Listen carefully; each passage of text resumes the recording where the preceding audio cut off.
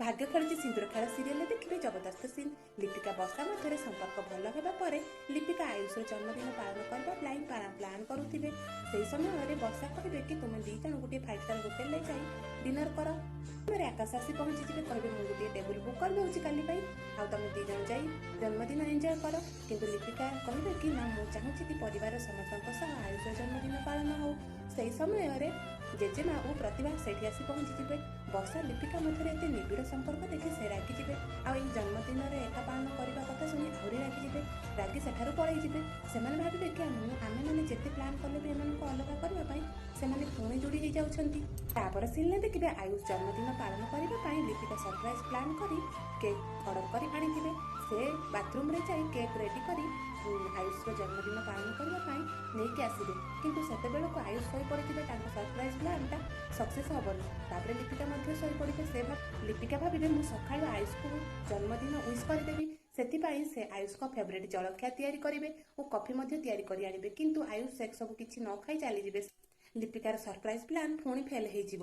तापर सीने देखिए प्रतिभा और जेजेमा किसी नुआ प्लान करुवे। आयुष बापा को देखी जेजेमा और प्रतिभा प्लान आरंभ करदे। जेजेमा कहे मुझे इडली करी आयुष जन्मदिन किंतु से दुई जन जाक तो अलग रेस्टोरेंट रे जाई डिनर करेंगे आम सहित जन्मदिन पालन करेंगे। ए इडली को मुझे जाऊँगी गाय को खाइबा देदेवी प्रतिभा अटकाइबा जाऊँ। एसबू कथा आयुष बापा शुणिदेवे। आयुष बापा तापर रागी जाई लिपिका को डाकिबे। लिपिका को कहे आम घर फंक्शन हो पूजा पार्टी जन्मदिन आनिवर्सरी जहाँ भी हो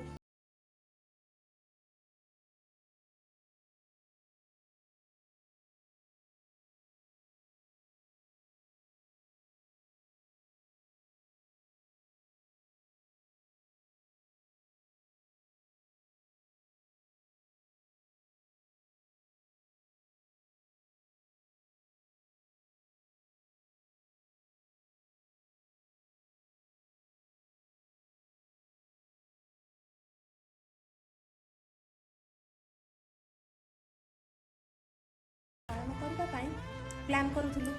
तापर आयुष बापा प्रतिभा को गाली देवे कहे तुम्हें सब कथा शुणी कह कहीं मुझे अजथार लिपिका को गाली देली। आयुष बापा लिपिका को सॉरी कहे किंतु लिपिका कह बड़ मानकर गाली भी आशीर्वाद।